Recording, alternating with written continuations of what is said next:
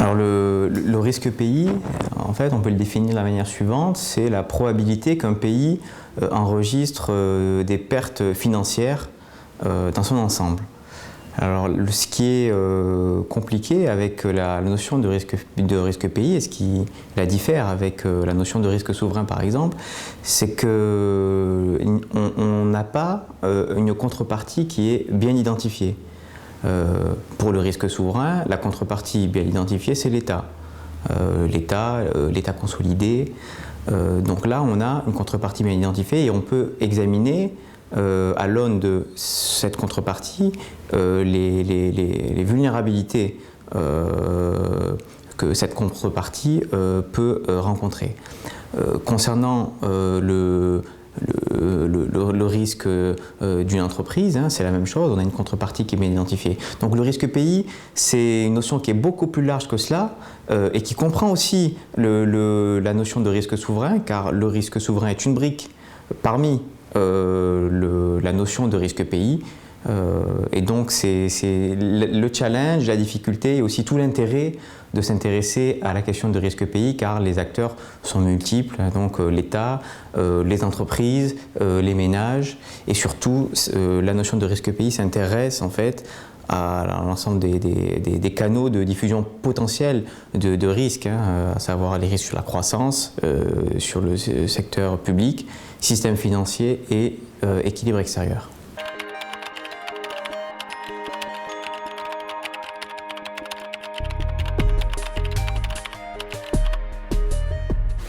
Alors pour établir notre diagnostic donc du risque pays, on articule cette analyse dans le cadre en fait de 5 piliers, qui sont les suivants: le risque géopolitique, le risque sur la croissance économique d'un pays, le risque souverain, donc c'est le secteur public, le système financier et les équilibres extérieurs.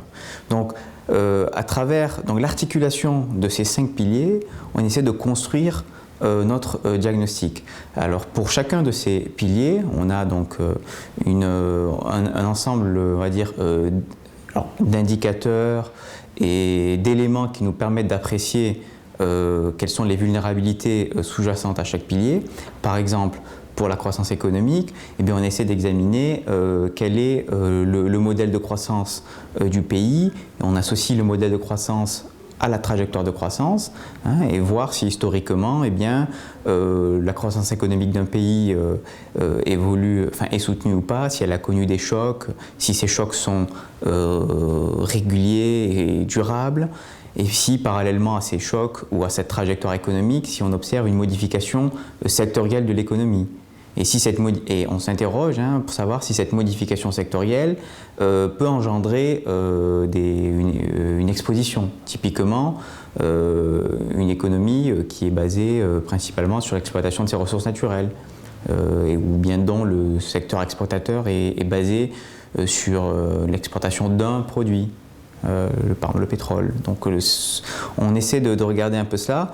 Concernant le risque le risque souverain, donc là la contrepartie est bien identifiée, donc donc on essaie d'examiner le taux d'endettement de l'État, les ressources fiscales, la capacité de l'État à mettre en place des projets, des dépenses en infrastructure, et puis voir si la dette publique est soutenable. Donc ça c'est un élément qu'on regarde.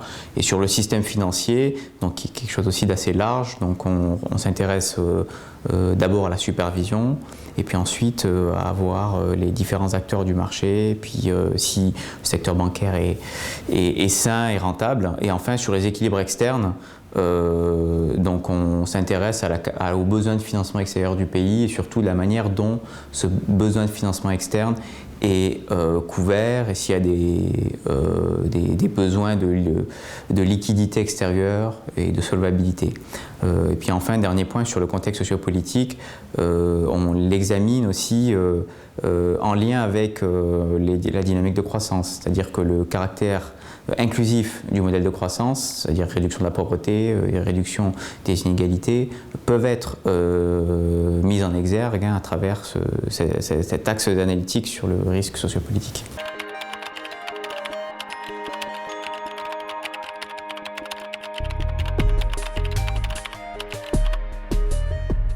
Alors, on est dans un monde où les transactions commerciales et financières sont de plus en plus importantes. Et donc, pour les pays pour lesquels nous nous intéressons, donc les pays en développement et les pays émergents, globalement, le degré d'ouverture est est relativement élevé. Et pour beaucoup de ces pays, le besoin de financement extérieur est relativement important. Enfin, cela dépend, mais en tout cas, il existe un besoin de financement extérieur. Et la question majeure, c'est de s'interroger sur la manière dont ce besoin de financement externe, à savoir la dépendance d'une économie à l'épargne internationale pour pouvoir financer ses importations de biens et services, par exemple, on s'interroge comment ce besoin est couvert. Alors du coup, on examine effectivement l'attractivité du pays en termes d'investissement direct étranger, voir si le pays, en fait, pour financer ses importations de biens et services, a recours plutôt à de l'endettement ou pas. Donc ce sont des choses, en fait, que l'on regarde, et à partir de cette cette analyse du besoin du financement extérieur d'un pays, on essaie de s'intéresser, d'apprécier s'il y a des problèmes de liquidité en devise pour le pays, et si, au regard de la dette extérieure du pays et de sa dynamique, voir si des risques peuvent émerger.